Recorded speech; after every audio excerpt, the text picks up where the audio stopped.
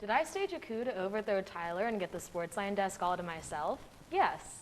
Was it successful? No, seeing as they gave me a co-host for this episode anyway. Did LaSalle Sports have a new slate of games this week? Of course. Did they do well? I guess you'll have to stick around and find out. Hello, I'm Siobhan Nolan. And I'm Libby Gilliland. I may have thwarted Siobhan's plan, but I'm only here for this week, so maybe next time. You're watching LaSalle's TV home for Explore Athletics, SportsLine. There we go.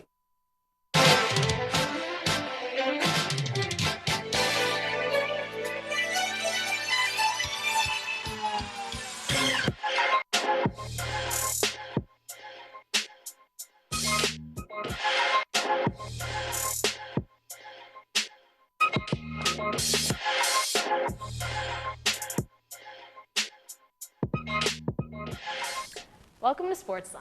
LaSalle sports fields were pretty quiet as our team spent a lot of time on the road for their games, but we have your recaps nonetheless. And later, I'll explain what a barkie is. But first, let's take a look at our SportsLine top 3.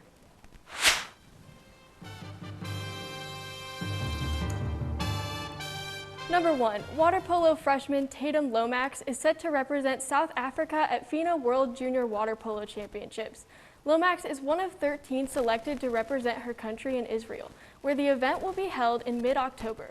This isn't Lomax's first time representing her country, as she took part in the U20 Governor's Cup held in Russia in 2019.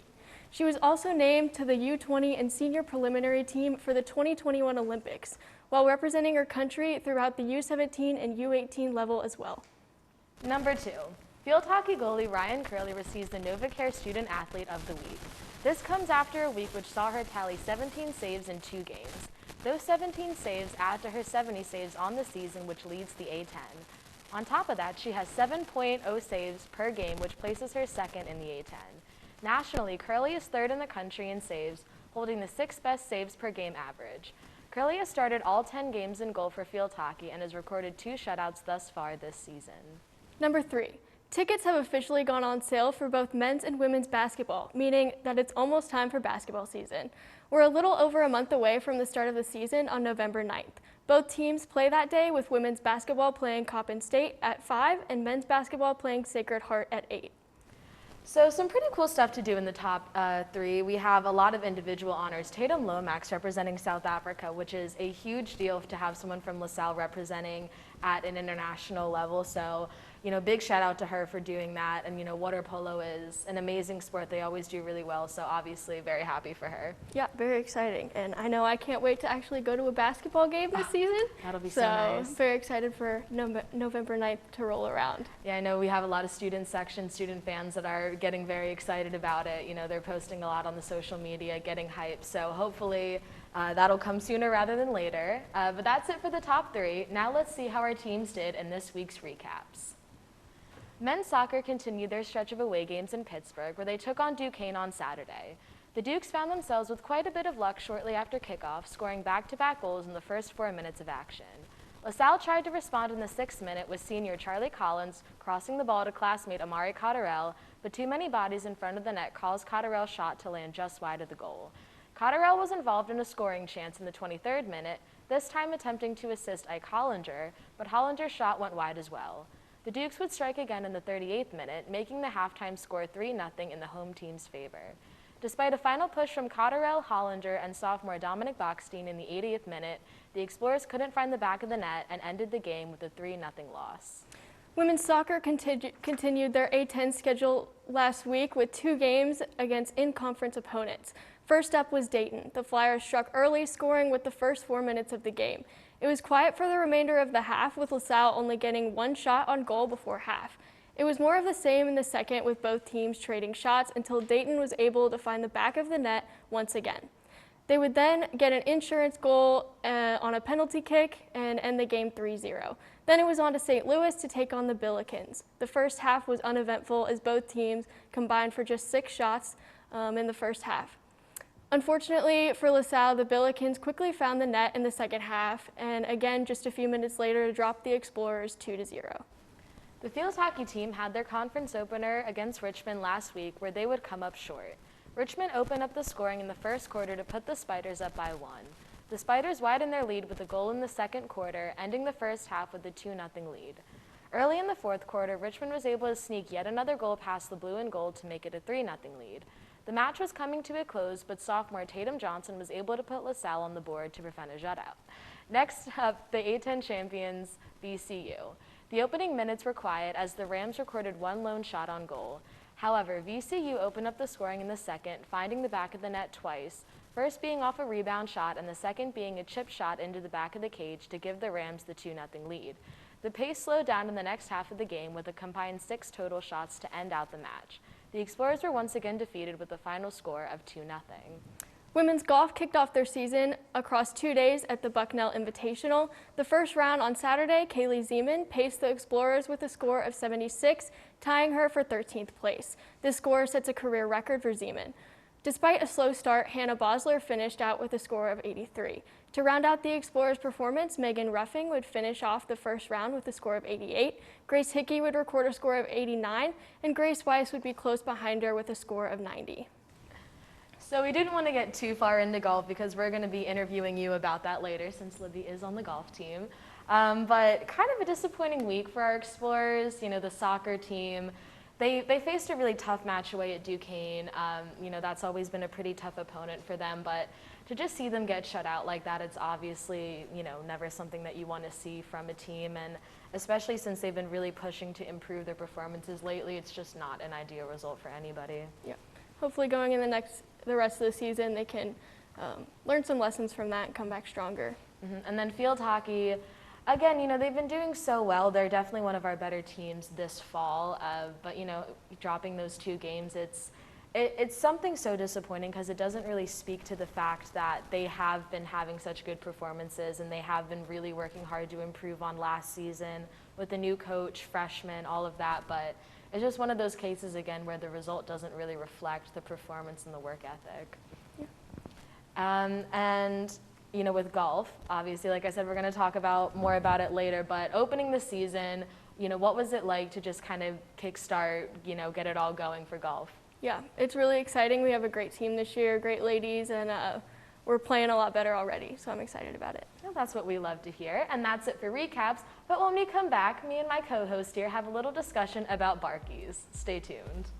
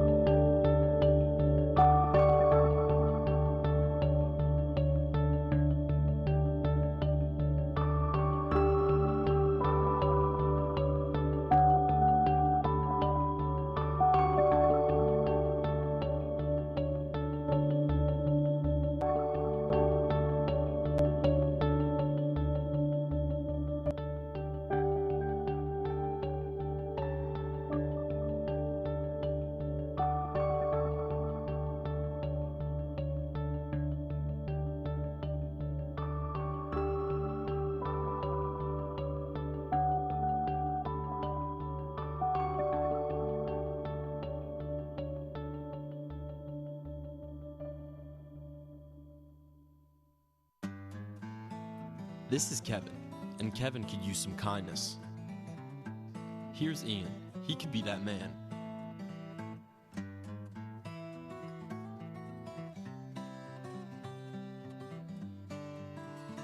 Ian chooses to be inconsiderate and not hold the door for Kevin, and in turn, Kevin suffers.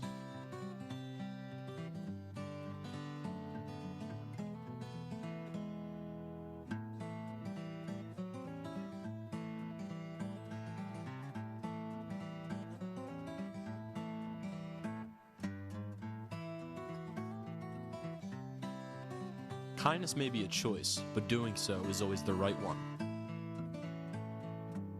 So if Ian can make the right choice, you can too.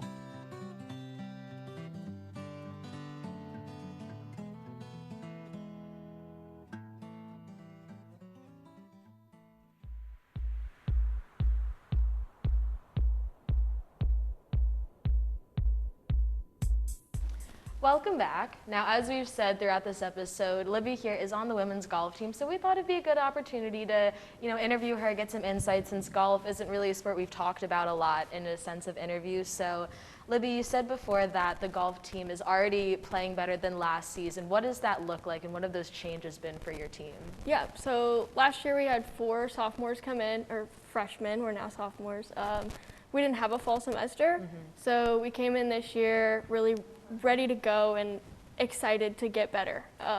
So we took the summer to really practice, and this team is just stronger this year. We're dedicated, and it's so fun to watch and play with these girls again, practice with these girls. And our coaches are really doing a great job of leading us along the way this year. And, we've seen that the results have been a lot better in terms of numbers, but how do you practice for tournaments and invitationals like that, and just what kind of work do you have to put in to make sure that you're playing at your best? Yeah, it's tough because golf is so mental. You have to be mentally ready, mentally prepared, and it's stressful. The whole tournament teeing off, I'm scared every time. Yeah. But you just have to get off that first tee box, and really what I like to practice and emphasize before I go out to a tournament is my short game, my putting. Can I rely on my chipping? Am I going to hit it to the back of the cup? And if you hit your driver offline, if your irons aren't great, they're not going to be great every day. So you just have to go in knowing you can trust your short game and that you're going to come out with a good result. And obviously, we have you on here to talk about, but are there any other players on the team that you think are standouts or girls that are really going to put in, really kind of MVP performances this season? Yeah, I think one girl that's really improved a ton this semester and kind of underperformed last year was Hannah Bosler.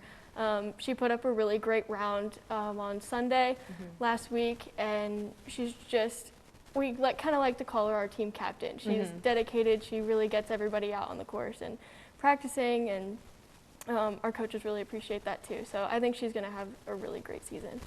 And, you guys have a good amount of sophomores, kind of underclassmen. So what is the goal, not just for this season, but for you guys in your tenure at LaSalle as a whole? Yeah, we want to bring these girls in and show them what LaSalle golf is all about and really what college golf is all about. It's a lot, and going from high school to college, they think it's easy. I thought it was going to be easy, and it's a lot harder than you think. So really just kind of paving the way for them and showing them along slowly, and they have this fall semester to kind of warm up before we get to our big tournaments in the spring. And golf does kind of get lost in the shuffle with basketball, soccer, field hockey, all that. So what do you have to say to people to try and kind of be like, golf is a sport that you should be paying attention to, one that you should be invested in? What do you have to kind of convince people to come over to the golf side? Oh my gosh, this sport is so fun. It's so interesting, and a lot of people think it's like watching paint dry when you go to watch it, and it's a tough sport to watch.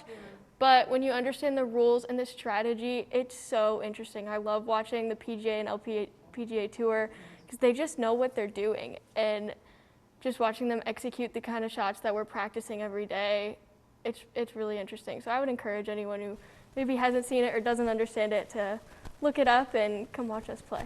Exactly. And how did you get into golf in general, and how did you kind of make that journey to playing D1 golf here at LaSalle? Yeah, I've grown up in golf my whole life. My dad's a PGA professional. Oh, wow. So I worked at a golf course my whole life. I just loved it. And so I started playing competitively in high school, and then got an offer from LaSalle, and it was a great fit. So I'm pretty new to competitive golf itself, but really understand the rules and the business of it. So it's been fun to kind of switch over from working there to actually playing.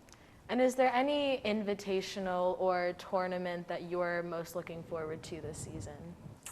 I think the one we all focus towards is our conference tournament in Disney in the spring. That's the one our coaches always say we're getting ready for Max, and we're getting ready for the Florida tournament. So we all have our eyes on that, and we're really excited to just get better and improve so we can play a lot better this year. Well, going to Disney doesn't sound bad at all. And now, the $1 million question, what exactly is a barkie? The people got to know. Apparently, I just learned this today. If you hit a tree on your hole and you still make par, that's a barkie. I don't know if I've ever done that. I don't know. Our producer Isaiah just looked up obscure golf terms to put it in the episode, and we just informed Libby, so we're doing some of the teaching here. But thank you so much for informing us more about golf, Libby, and everyone please come out, watch, support the golf team. We have one last quick break, but when we come back, SportsLine correspondent Aiden Tazinski gives you this week's Explorer Report. Stick around.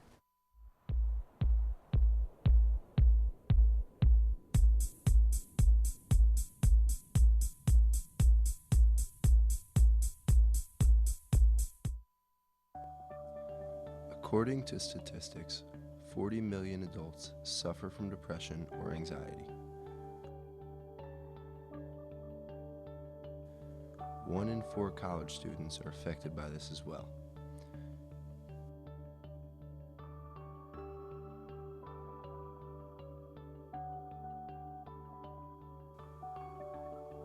You never know who is going through something, so you should always be kind to one another.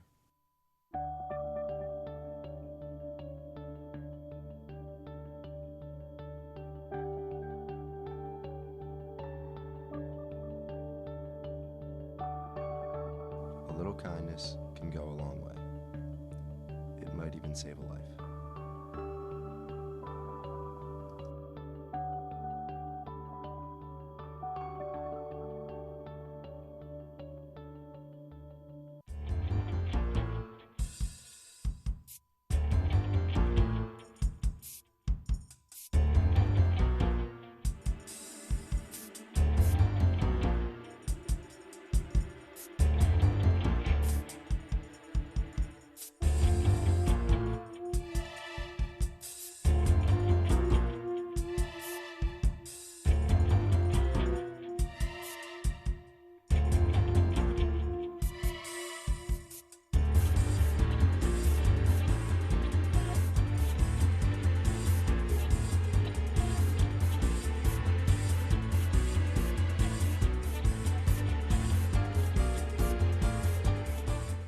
Exposure to blue light can mess with your sleep and memory cycle, so make sure you limit your screen time at least 2 hours before you go to bed.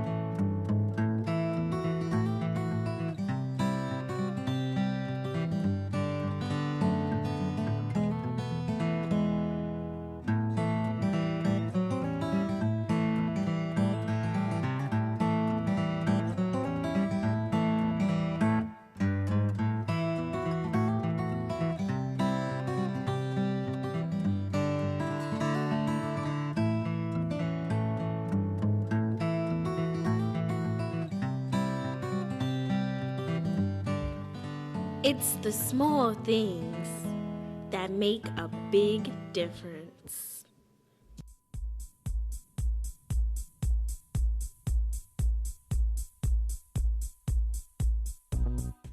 Welcome back. We already recapped you over what happened last week, but now we're going to throw it over to Aiden Tazinski with this week's Explorer Report.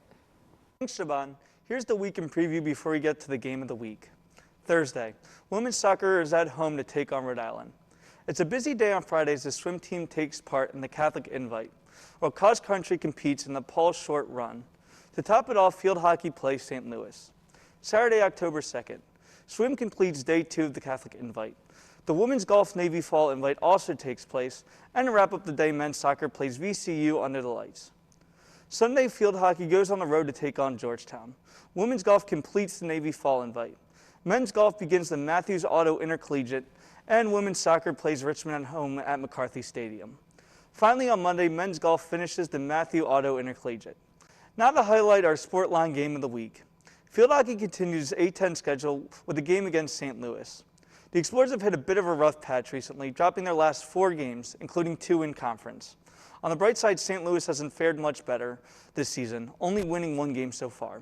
The key to the game is freshmen Sophia Pla and Tatum Johnson, who have taken control of the Explorers' offense, accounting for 13 of LaSalle's 20 goals this season. So a lot of exciting games happening this week. Field hockey at Georgetown is going to be an especially exciting matchup. You know, Georgetown's a pretty formidable opponent. So, you know, hopefully field hockey will kind of get their feet under them. Golf. What do we got coming up for golf, Libby? We have a tournament at Navy this weekend, which we haven't played in this tournament in a while. Okay. So pretty excited about it. We're hoping to just really emphasize what we did last weekend and keep up the good pace and the good scores and finish better than last time. That'll be exciting to see. And then women's soccer we have tonight, actually. You know, women's soccer is another team that has kind of been on a little bit of a decline. That might sound kind of harsh, but you know, that's another game where hopefully they're going to find their footing under them and hopefully kind of get some offense going, get some goals going, because, you know, women's soccer has been so good and they've been such, you know, a great team to kind of represent LaSalle and have LaSalle kind of do this season. But, you know, I guess we'll have to see a little bit after this episode tonight. But, you know, we've got a very exciting slate of games coming up, so it'll be really good. And now, since these games are so exciting, as I've said many times now, we are going to go over to Aiden to see what his pick for field hockey is. All right. For the game, I'm going to pick LaSalle to win 3-2.